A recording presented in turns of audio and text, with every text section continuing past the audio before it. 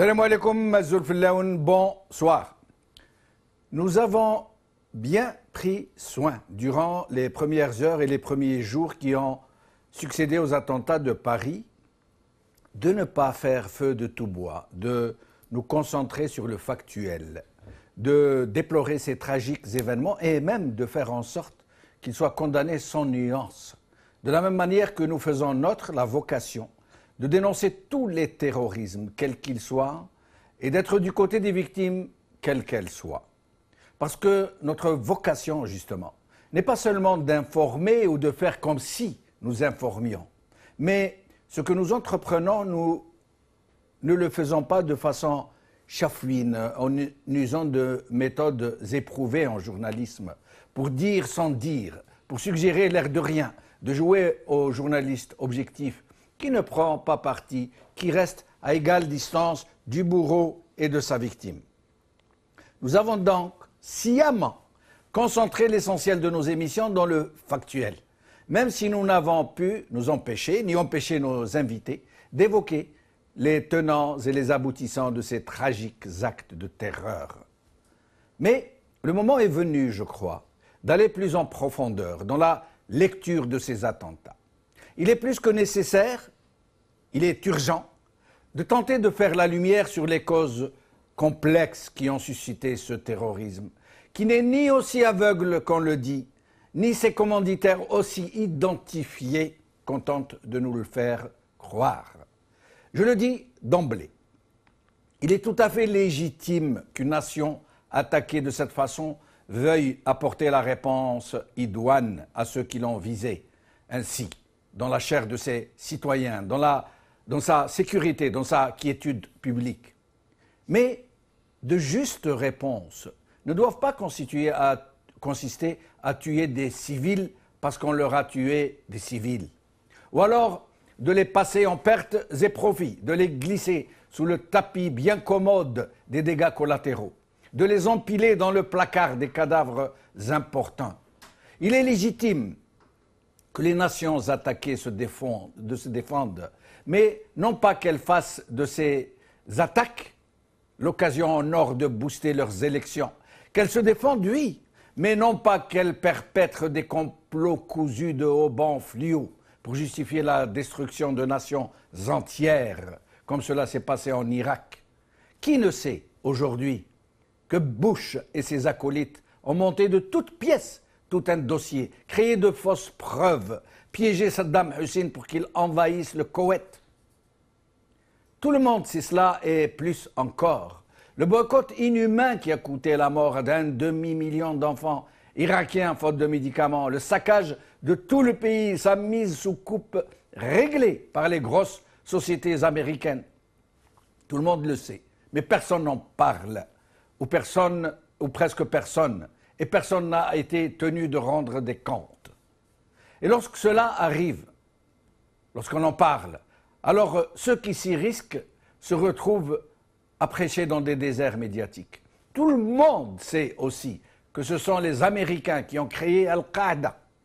Qui ne connaît la fameuse opération Cyclone, destinée à appeler au djihad contre l'URSS, à rallier des moudjahidines du monde entier contre l'ours rouge qui avait envahi l'Afghanistan. Qui ne connaît pas ces prédications enflammées de prédicateurs saoudiens? Opération Cyclone. Une opération placée sous le contrôle direct de la CIA et financée pour moitié par les USA, pour moitié par l'Arabie saoudite. L'opération Cyclone, pour vous dire, fut stoppée juste après le démantèlement de l'URSS et Al-Qaïda sommé de disperser ses troupes. Circuler, il n'y a plus rien à voir. Mais cela ne se passa pas comme prévu. Il en est de même de Daesh. Les conditions qui ont prévalu à sa création restent très obscures. De même que la nature et l'identité de son véritable maître du jeu, ou de ses véritables maîtres du jeu. On ne sait presque rien de cette armée, de cet État à qui le chef de l'État français vient de faire une déclaration de guerre. Mais s'il n'y avait que cela, si seulement le terrorisme ne pouvait s'expliquer que par ces groupes djihadistes créés par ceux-là même qui disent les combattre. On oublie aussi le sort affreux fait à des peuples entiers. On oublie que leurs despotes respectifs ont été installés et soutenus par ces mêmes puissances qui parlent aujourd'hui de combat de la civilisation contre la barbarie, de démocratie, de liberté. On oublie que ces mêmes qui clament ces belles professions de foi portent à bout de bras ces despotes qui ont réduit leur peuple à la misère, qui les ont massacrés, torturés, hachés menus, corrompus, réduits à l'indigence, poussés sur les routes amères de l'exil, à la violence, au terrorisme. Pour ne pas divaguer trop loin et parler d'un peuple qui est aux portes de la France, pour faire toucher du doigt le véritable problème tel qu'il devrait vraiment se poser. Rappelons-nous le soutien de la France aux putschistes algériens de 1992. Rappelons-nous comment elle a permis que des carnages et des atrocités se perpètrent quasiment à huis clos. Rappelons-nous comment, pour tuer le printemps kabyle et débarrasser le régime algérien des rebelles les plus déterminés, des dizaines de milliers de visas, je pèse mes mots, des dizaines de milliers de visas leur ont été attribués. Puis aussitôt arrivés en France, ils ont pu bénéficier tout de suite de l'asile politique pour qu'ils ne puissent plus retourner en Algérie. N'oublions pas non plus comment la France actuelle a pesé de tout son poids sur les généraux algériens pour les contraindre à accepter le 4e mandat d'un moribond.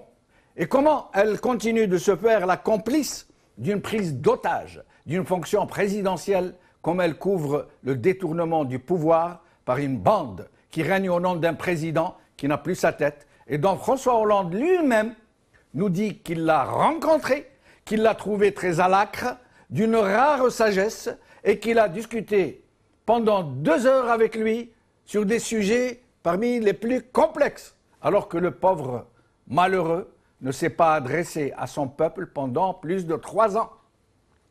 Voici comment on fabrique la haine anti-française, de la rancœur, comment on suscite des animosités, comment on jette des millions de gens hors de leur pays, comment on en fait des clandestins chez les autres, des fonds de commerce pour des extrêmes droites qui s'en servent pour se faire mousser. Et le cas de l'Algérie est loin d'être un cas isolé. Au nom d'une douteuse, très douteuse raison d'État, ce sont ainsi d'innombrables pays qu'on pressure et qu'on met sous la férule de mafiocrates. Des mafiocrates doublés de médiocrates qui rendent leurs pays respectifs quasiment inhabitables, dont ils tuent l'avenir, dont ils poussent les habitants à immigrer chez ceux-là même qui les ont imposés à leur tête. Voilà comment on fabrique des immigrés clandestins. Voilà comment on crée du terrorisme.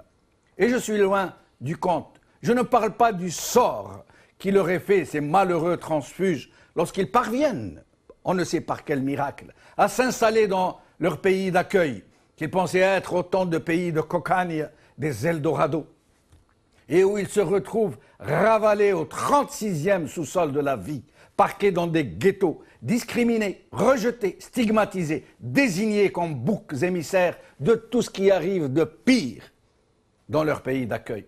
Comme ceux qui étaient arrivés avant eux, de toutes les façons, qui en sont à la 4e génération et qui n'en sont pas acceptés pour autant. Voilà un peu ce que devraient méditer tous ces politiciens qui roulent des yeux en même temps qu'ils font rouler leur tambour de guerre. Voici le terreau où prospèrent l'hydre immonde, où s'agitent ces têtes multiples. Mais avant de recevoir mes invités, je voudrais vous faire voir les images de Français qui refusent de se laisser entraîner dans les caniveaux de la haine ordinaire. Ce sont des citoyens français de la ville de Lille qui s'étaient rassemblés pour manifester leur soutien aux victimes des attentats de Paris. Un groupuscule d'extrême droite a tenté de faire dégénérer le regroupement en manifestation islamophobe. Regardez la réaction de ces citoyens.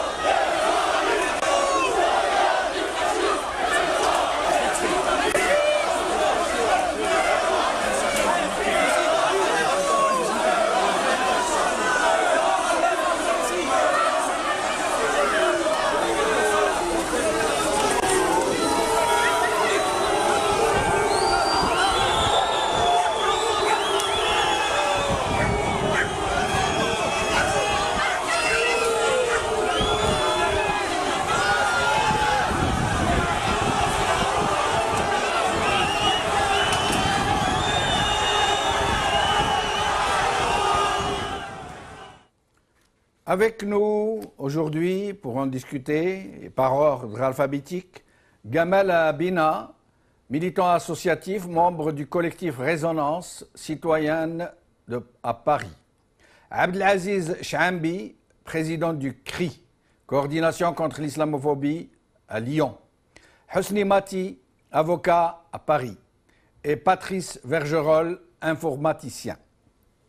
Nous allons commencer par Gamal Abina. Gamal Abina, dites-nous, vous êtes à Paris, donc qu'est-ce qui se passe? Est-ce que le climat s'est un peu apaisé? Est-ce que les gens commencent à se poser des questions, à analyser la situation?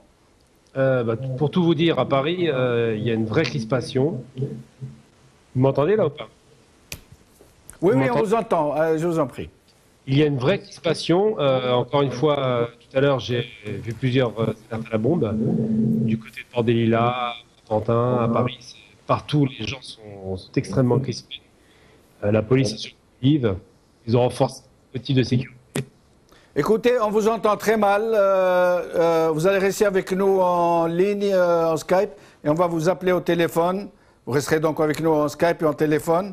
Je vais prendre notre deuxième invité en Skype, Abdelaziz Chambi. Abdelaziz Chambi, vous êtes avec nous?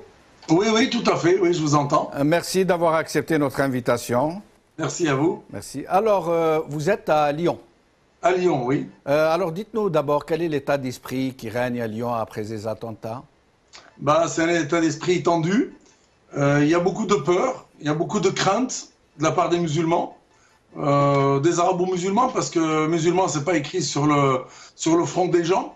Alors, tout arabe est assimilé à musulman, sous-entendu potentiel soutien de Daesh. Il y a même un monsieur turc dans la région parisienne qui a été... il a pris une balle de pistolet parce qu'on l'a pris pour un maghrébin, enfin, je pense, un musulman. Bref, c'est tendu. On est dans une forme un peu de psychose quand même. Et au-delà de la psychose, il y a même du passage à l'acte, parce que nous, à Lyon, on est aux premières loges, si je puis dire. On a le siège des identitaires, les fameux groupes identitaires d'extrême droite, dont vous avez parlé, effectivement, qui ont manifesté à Lille et qui ont été expulsés, Dieu merci, par les manifestants. Mais à Lyon, ils sont venus et ils sont tombés à une quinzaine sur un jeune maghrébin de 17 ans, et ils l'ont fracassé, ils l'ont massacré, ils lui ont brisé des vertèbres, ils l'ont rempli de coups, d'hématomes, de contusions. Il a 30 jours d'ITT. Donc là, je l'ai eu hier, le jeune, au téléphone. Donc aujourd'hui, il doit déposer plainte. Et lorsque les policiers sont arrivés, ils lui ont dit « Ouh là là, c'est une affaire sensible ». Parce qu'ils l'ont ciblé, parce que maghrébin. Et le policier lui a dit « Ils ont voulu se faire un maghrébin, un musulman ou un maghrébin ». Et donc il y a des caméras sur toute la place Bellecour. C'est en pleine place Bellecour, en plein centre-ville. Donc toutes les caméras, normalement, elles ont dû capter les images. Donc nous, on a demandé à ce que les images soient consignées, qu'elles ne soient pas effacées, pour qu'on puisse retrouver ces groupuscules de fascistes là qui ont profité de l'occasion, profité de cette psychose entretenue par les médias où on nous rabâche en permanence la peur, etc., la diabolisation de l'autre, et c'est un climat vraiment malsain. Pour faire court, c'est un climat malsain, et moi ça me blesse à double titre parce que j'ai l'impression que même sur le plan identitaire, on est en train de faire des concessions et de l'autoflagellation qui m'exacerbe personnellement, parce que moi j'ai rien contre la France, c'est mon pays, j'y vis, mais il y a une sorte de vague de patriotisme et de nationalisme exacerbé, de colonisés, si je puis dire, qui ont le complexe vis-à-vis du maître, et qui sont en train à tout prix, à tout craint, de montrer patte blanche à coup de cœur bleu, blanc, rouge, à coup des imams qui vous mettent sur leur profil Facebook un drapeau bleu, blanc, rouge dans un cœur, tel responsable ou tel citoyen ou tel militant ou tel citoyen lambda qui me met le drapeau imposé par Facebook bleu, blanc, rouge. Que je sache, il y a eu des massacres en Palestine, il y a eu 1500 morts, il y a eu des centaines de morts, des milliers de morts de par le monde, en Syrie, de partout. J'ai pas vu un élan de solidarité ni de la part de Facebook, ni de la part de tous ces arabo-musulmans se réclamant derrière le drapeau palestinien, par exemple, ou derrière le drapeau syrien quand on tue des Syriens, ou irakien quand on tue des Irakiens, ou malien, ou afghan, etc. Donc il y a un climat vraiment malsain, voilà, c'est le moins que je puisse dire. Mais Abdelaziz Chambi, vous qui vous dites français à part entière, qui dites aimer ce pays qui est devenu le vôtre, ce n'est plus seulement votre pays d'accueil, c'est votre pays d'adoption. Oui. Je présume que c'est le cas de vos enfants aussi. Bien sûr. Pourquoi, dans ce cas, accepter de subir de raser les murs, d'assister à un retour des ratonnades. Pourquoi ne pas s'organiser à partir du moment où on parle des musulmans comme représentant une communauté qui ne peut pas se laisser assimiler dans le sens digestif du terme?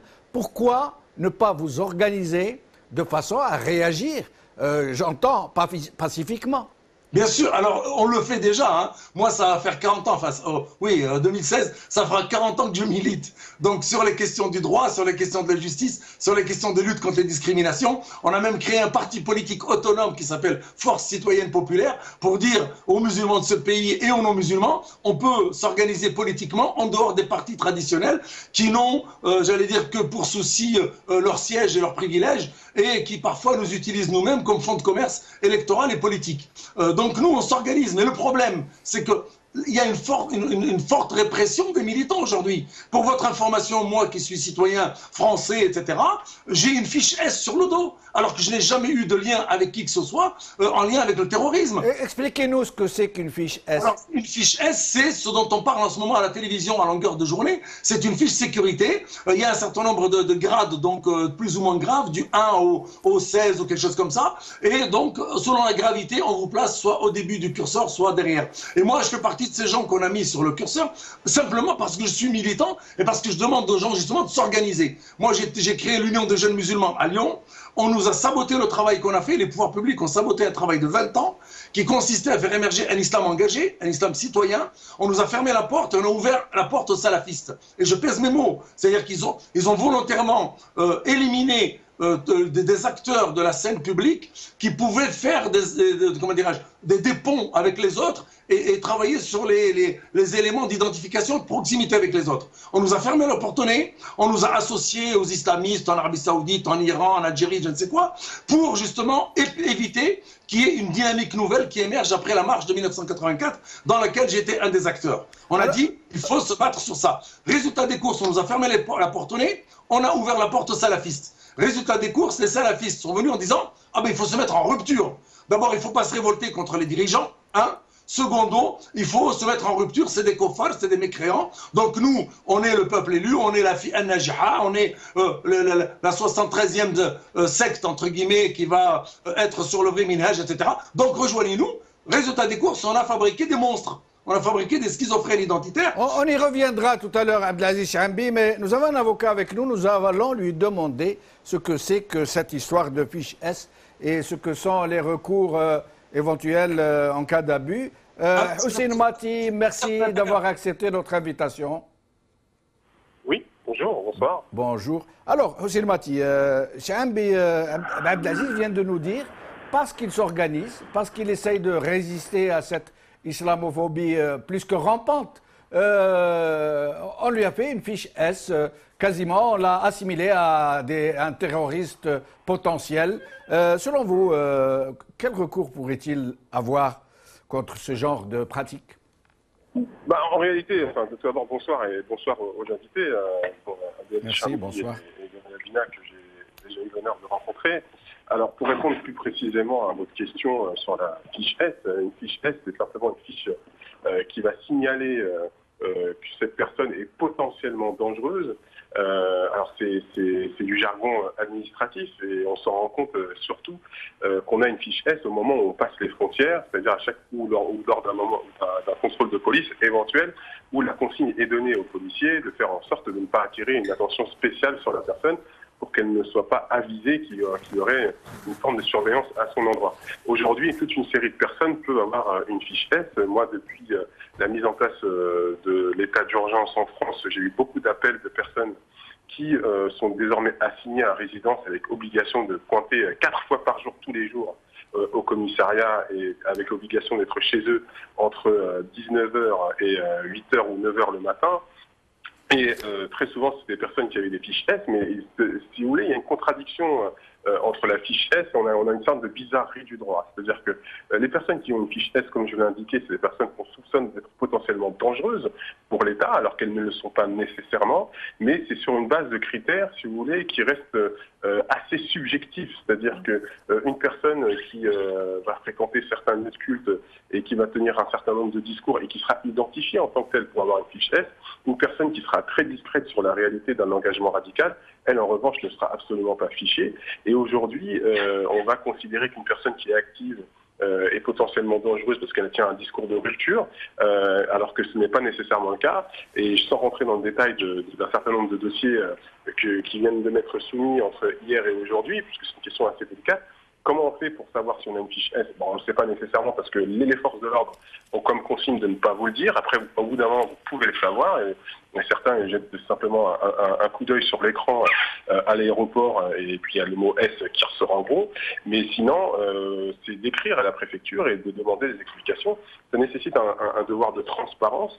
Et en même temps, la transparence, ce n'est pas forcément payant, dans le sens où, dès lors que on a des doutes sur vous et que ces doutes sont des fois fondés, mais aussi parfois absolument pas fondés sur des éléments et des critères objectifs, effectivement, on est dans une sorte de flou artistique où des personnes qui sont a priori des citoyens comme les autres, qui payent leurs impôts et qui sont absolument tranquilles, qui ne sont en aucun cas des personnes qui peuvent troubler l'ordre public, voient donc leur vie en quelque sorte gâchée par cette fiche S à certains moments, mais c'est pas non plus comme un contrôle judiciaire ou ce genre de choses. Alors qu'aujourd'hui, maintenant, on a les assignations à résidence qui sont mises en place. Il y a 104 personnes qui, aujourd'hui, ont une assignation à résidence. Et elles, pour le coup, avec cette obligation de pointer 4 fois par jour, tous les jours, même les dimanches et jours fériés, effectivement, quand on a un travail, eh ben, ça casse la dynamique du travail, on perd son travail. Donc, effectivement, il y a des recours à faire. C'est ce qu'on appelle des référés de liberté, puisque c'est une atteinte grave à une liberté fondamentale, qui est la liberté d'aller et de venir.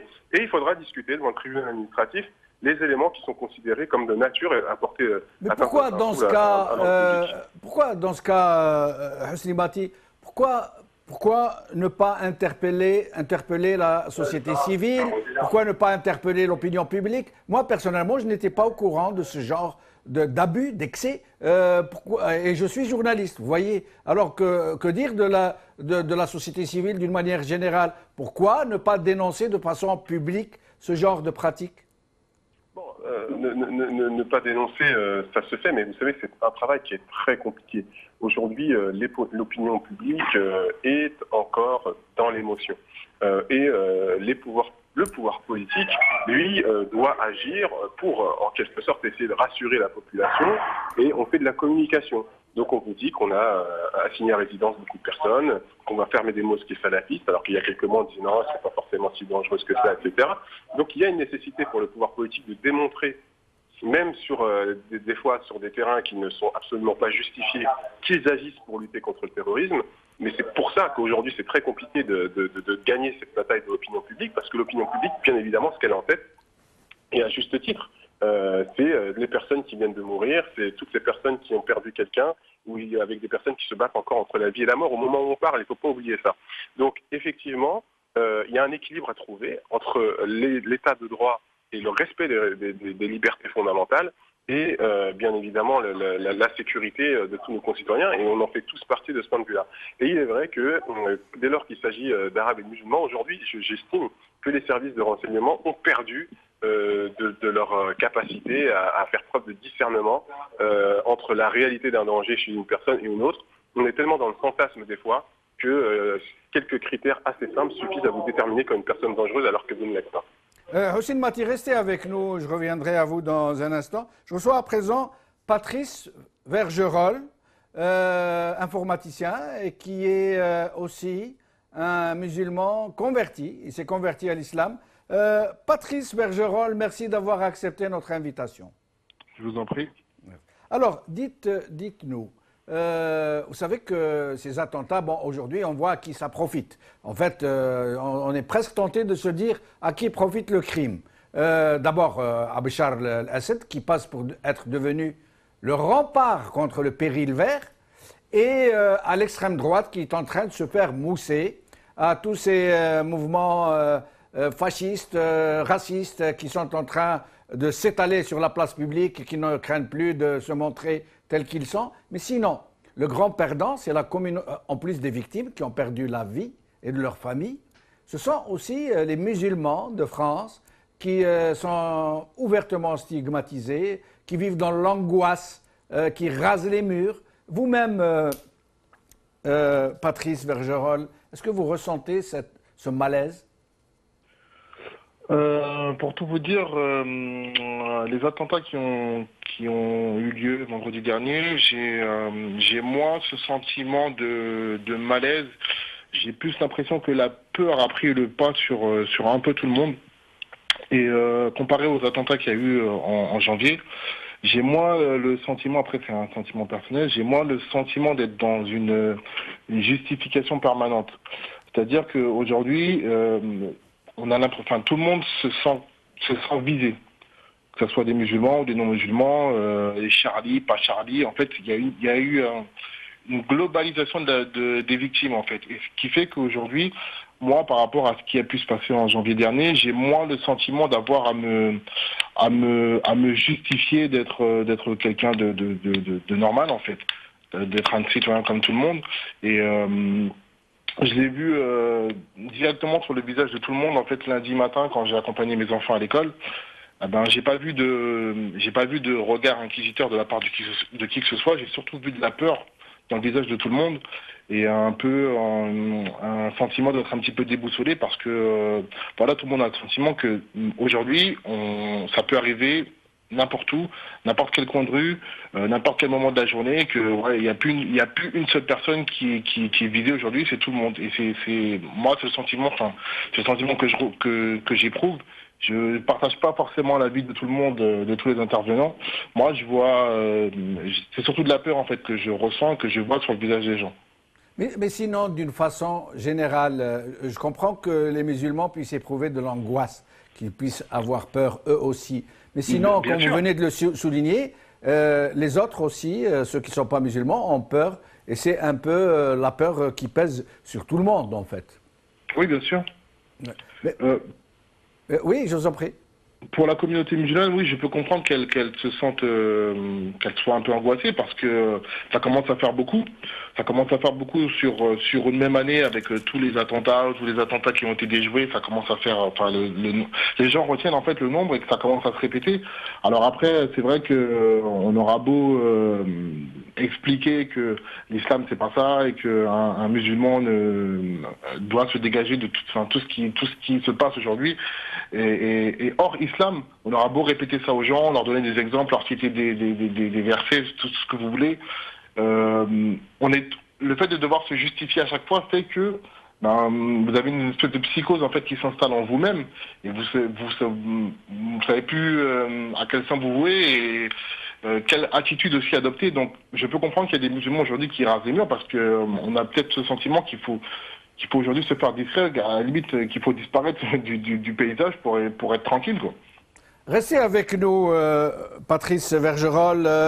Abdelaziz, non, Gamal Abina, on avait été coupé tout à l'heure parce qu'on ne vous entendait pas très bien. Vous êtes avec nous au téléphone maintenant. Oui, absolument. Est-ce que vous m'entendez? Ah ben c'est très bien, on vous entend mieux. Dites-nous d'abord ce qu'est votre collectif Résonance. Alors c'est un collectif qui est chargé de mobiliser les jeunes afin d'aller voter pour commencer. Quels jeunes? Les jeunes d'une manière générale? Alors, les jeunes en particulier dans la banlieue 93, puisqu'il est basé, pour être très précis, à Montreuil, ce collectif. Donc le but, c'est de les conscientiser sur la question de l'action politique, voter, s'engager. Et ce collectif a pour vocation de faire entendre dans la voix des sans-voix, précisément, de ceux qu'on n'entend jamais, qui ne s'expriment peu ou pas. Dites-moi, à propos de communauté, tout le monde parle, surtout l'extrême droite généralement, qui accuse les gens de communautarisme, ou alors ceux qui prennent les musulmans en otage, qui en leur nom commettent de tels actes, ou qui osent revendiquer en quelque sorte le leadership sur cette communauté pour la ramener vers le droit chemin. Cette communauté, est-elle vraiment une communauté, elle, qui n'a ni les capacités de ses membres d'être solidaires les uns avec les autres, ni la capacité de peser sur l'opinion publique, ni la capacité d'interpeller les politiques, ni la capacité ne serait-ce que d'appeler ses membres à voter dans un seul sens pour pouvoir éventuellement faire peser leurs exigences. En quoi les musulmans de France sont-ils une communauté ? D'abord, ce n'est pas une communauté, c'est faux. Ce sont des communautés totalement divisées. En vérité, il n'y a pas un groupe commun constitué avec des représentants légaux qui ont été élus. Ça n'existe pas. Il y a autant de musulmans que d'individus. Donc l'idée de la communauté qui sera une sorte de bloc monolithique est une chimère, beaucoup mise en scène par l'extrême droite, parce que l'objectif c'est de dire quoi ? C'est de dire qu'ils sont un ennemi de l'intérieur. Donc l'extrême droite, et puis, en général les gouvernements, ont tendance à parler de ces communautés parce qu'ils ont le sentiment effectivement que c'est des corps étrangers. Et le marqueur communautaire, s'il devait y en avoir un, c'est uniquement la couleur de peau. Ils sont d'origine maghrébine pour l'essentiel, même s'ils ne sont pas qu'essentiellement maghrébins. Et ce qui se passe aujourd'hui, c'est qu'effectivement, moi je fais un parallèle avec ce qui se passait dans l'Allemagne des années 30. Parce que quand on a identifié la communauté juive, on l'identifiait uniquement par... Alors c'était des gens d'origine de l'Est, on les considérait comme étant juifs parce qu'ils étaient... Enfin, on les considérait comme étant juifs. On les considérait comme étant des gens étrangers parce qu'ils étaient juifs. Mais ce qui faisait leur communauté, c'est qu'ils avaient une religion commune. Et aujourd'hui, on essentialise les musulmans en France, qui sont des maghrébins pour l'essentiel, en les ramenant à leur rang de communauté musulmane, de musulmans. Et le problème, c'est que ce discours-là, il existait déjà pendant la période coloniale. Lorsqu'on divisait les communautés en Algérie, on parlait bien des musulmans, des juifs et des européens. Vous voyez ? Oui, oui. Et la question qui se pose aujourd'hui, c'est de savoir est-ce qu'il y a une communauté. Moi, je réponds qu'il n'y en a pas. Il y a autant de communautés que d'individus, encore une fois. On voit très bien la division qu'il y a entre les Maghrébins, Algériens, Tunisiens et Marocains, parce qu'il y a plusieurs types de mosquées, les Turcs à côté, les Sénégalais déjà. Ensuite, on voit aussi qu'il n'y a pas de poids communautaire. C'est une communauté, à mon sens, de réaction. Hollande n'a pas été porte-pouvoir par adhésion, il a été porte-pouvoir par réaction à Sarkozy. Donc ce n'est pas une réaction communautaire, c'est une réaction de gens qui se sont sentis stigmatisés, montrés du doigt. Et ce qui est intéressant de souligner surtout, c'est que depuis 30 ans, depuis la révolution, même un peu plus de 30 ans, 35 ans, la révolution en Iran, c'est depuis cette période-là, le marqueur s'est fait à partir de ce moment-là, on a parlé d'islam politique, d'islam militant, d'islam très offensif, parce qu'effectivement l'Iran voulait exporter sa révolution islamique à travers le monde. Puis est arrivée la guerre d'Irak. Je parle de la première guerre du Golfe, qui est la guerre Iran-Irak. Donc 8 ans, un bain de sang qui a duré 8 années et qui a tué 2 millions de personnes, il ne faut jamais perdre de vue. À ce moment-là, la question d'islam politique se posait avec moins d'acuité. On parlait beaucoup plus des mollahs, d'une sorte de monarchie qui s'opposait à un régime laïque soutenu par Saddam Hussein et bizarrement par les pétromonarchies du Golfe, qui elles sont très très loin d'être laïques. Et par la suite, il y a eu les divisions d'Irak en trois segments. Donc là, on a communautarisé l'Irak, prétendant que le nord aurait été essentiellement kurde, le centre sunnite et le sud chiite. Ce qui est absolument faux sur un plan géographique, mais bon, c'était synthétisé. Ça c'est des idéologues américains qui ont mis ça en place, Brzezinski pour être très précis, qui ont dit diviser la région en micro-États, le plus de micro-États possible, afin qu'elle ne soit jamais unie et qu'elle ne soit surtout pas un poids économique, politique et militaire dans la région. Donc ils ont fait ce travail-là et malheureusement les conséquences de cette catastrophique gestion de la région, ça a été effectivement de créer non seulement des haines et des colères, une région en permanence en guerre et surtout ça a créé des mouvements extrêmement radicaux et ce qu'il ne faut jamais perdre de vue, c'est que ces mouvements radicaux ont été ralliés par des anciens laïcs. Par exemple en Irak, on s'est aperçu que les ba'athistes ont commencé à rallier Daesh. Donc le problème c'est que tout ça encore une fois c'est de la réaction et la conséquence de tout ça c'est qu'aujourd'hui malheureusement énormément de civils meurent. On a beaucoup parlé des attentats de Paris à juste titre, on a moins parlé des attentats de Beyrouth qui étaient la veille, qui ont tué autant de civils, enfin à peu près autant de civils je dirais puisque ça n'a pas arrêté depuis un an. Et on a tendance à vouloir réduire à l'idée d'une communauté ou d'une religion un problème qui est essentiellement à mon sens politique. Et s'il doit y avoir une religion là-dedans, c'est juste une réaction pour se trouver une entité, de telle sorte qu'on puisse constituer un groupe. Restez avec nous, Kamal Abina. Abdelaziz Chanbi. Abdelaziz Chanbi. Naam. Alors, je vais vous poser une question un peu délicate et j'espère que je ne vais blesser personne. Je vous en prie. Parmi les élites de cette communauté, si tant est qu'elle est une communauté, il y a d'abord les représentants cultuels ceux qui, d'une façon générale, sont là à prospérer sur la bête. Ils sont utiles en rien, ils sont là à se servir. Des notables, des gens qui sont à toutes les cérémonies, qui se font accrocher des légions d'honneur à tout va. Ils sont bien, ils manquent de rien, ils sont de toutes les fêtes généralement. Mais sinon, les plus intéressants, c'est ces gens de la communauté qui ont réussi la gageure de réussir, d'accéder à des statuts sociaux supérieurs, privilégiés. Ce n'est pas le cas de tous, j'entends bien.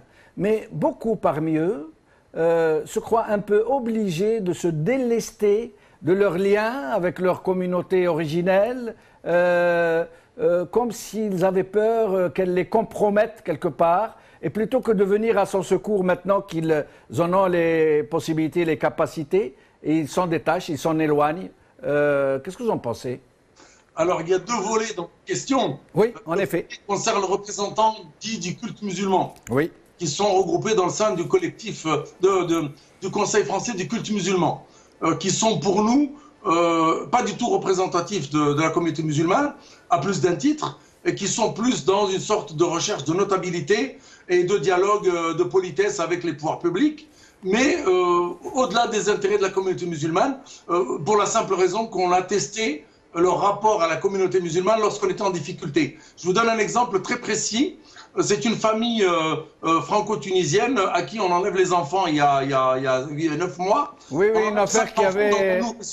qui était le sein de sa mère qui avait 3 mois. Oui. J'ai appelé personnellement les responsables nationaux, les associations, les responsables du culte musulman. Aucune personne, aucune organisation n'a pris la peine de défendre cette famille, ne serait-ce que sur un plan humain. C'est-à-dire l'enfant, le bébé, il a été enlevé à sa mère, au sein de sa mère. Sa mère est allée avec son lait, elle a sorti le lait, elle l'a mis dans une bouteille, elle l'a amené au commissariat, ils l'ont exclu en disant on lui donnera du lait en poudre. On a mis ce problème-là, ce cas humainement inacceptable, devant tous les responsables, et il n'y en a aucun qui a fait un communiqué ou qui a pris le téléphone pour appeler qui de droit pour rendre les enfants à leur mère. Il a fallu qu'on organise des manifestations, qu'on se mobilise, nous, en tant que coordination contre le racisme et l'islamophobie, et aujourd'hui, 9 mois après, je suis convoqué par le tribunal, par le commissariat de police à Oulin, et on me dit, il y a une plainte qui est déposée contre vous pour menace. Je lui dis de la part de qui? Il me dit le Conseil général de l'Isère. Je dis pourquoi? En fait, c'est parce qu'on a manifesté pour faire ramener les enfants à leurs parents. Aujourd'hui, tout le monde est au courant du fait qu'Abdelaziz, militant pour les droits des victimes et contre le racisme et l'islamophobie, est traîné devant la police, et j'attends une convocation devant le tribunal correctionnel. Pourquoi j'ai parlé de cette affaire? Ce n'est pas pour parler de moi, c'est pour montrer le rapport qu'il y a entre les militants de base et les acteurs de base qui se battent et les officiels qui sont effectivement dans les salons de la République, qui se bousculent et s'entretuent et se crachent dessus les uns les autres pour être adoubés par le ministre de l'Intérieur ou par le préfet.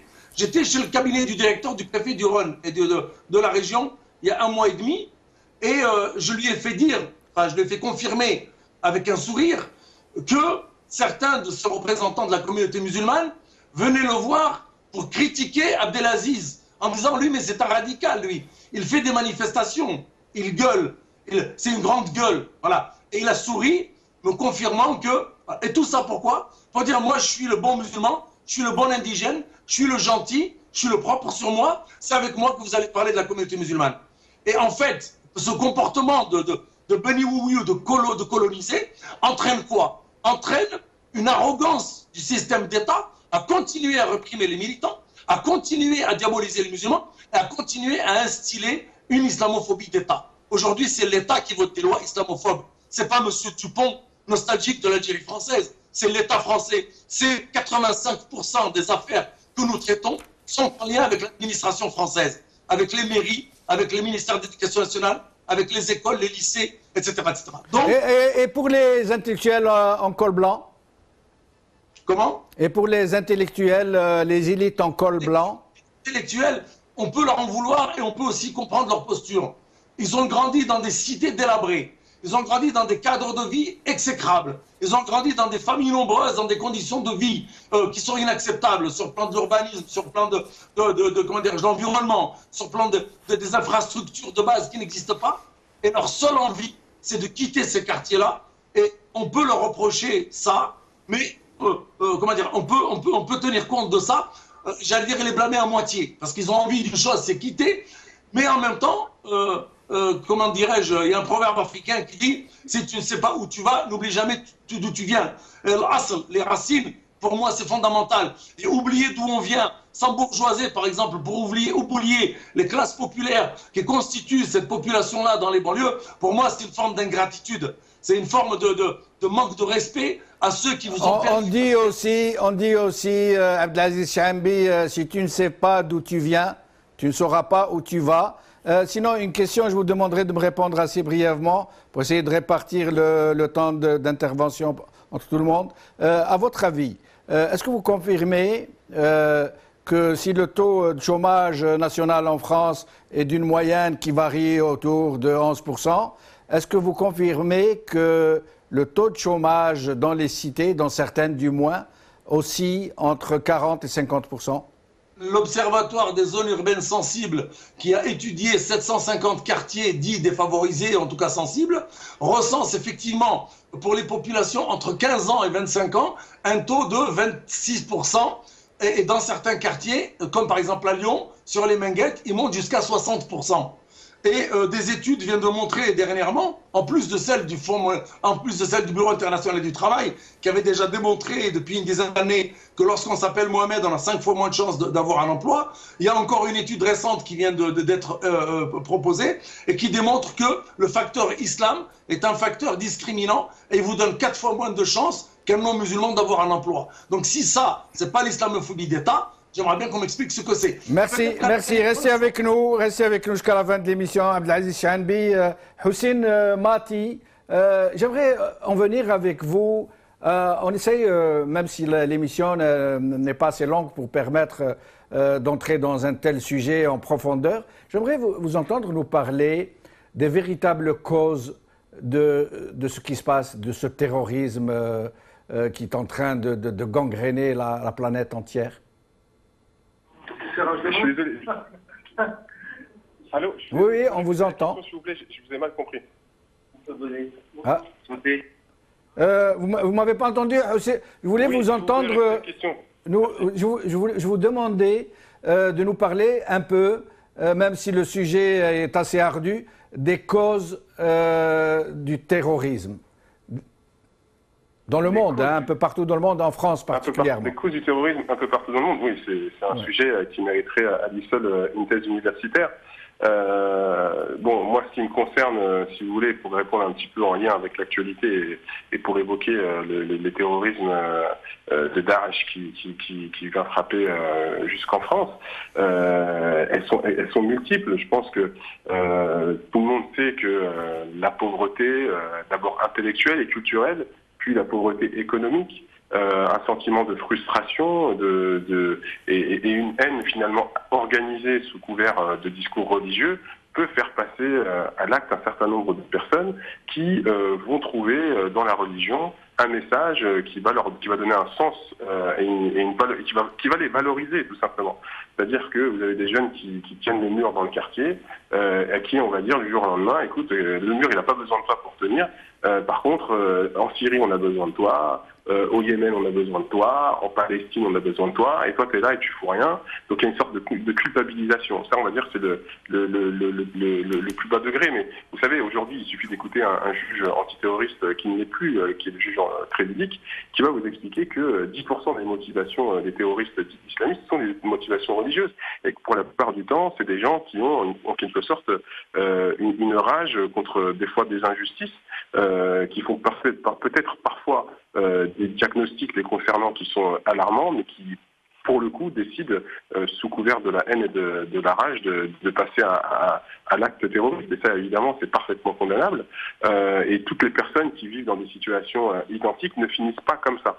Donc il y a des fois des causes qui sont structurelles, il y a aussi des causes qui sont parfaitement individuelles. Donc c'est pour ça que c'est très compliqué de répondre à votre question. Moi, si vous voulez, là où j'essaie de faire attention, et j'ai des dossiers qui sont en lien avec des entreprises dites terroristes, avec des clients qui ont envie de partir et d'aller ailleurs, ce qui les caractérise assez souvent, c'est une connaissance parcellaire de la dynamique islamique et de l'état d'esprit et du souffle qu'est l'islam en termes de libération spirituelle.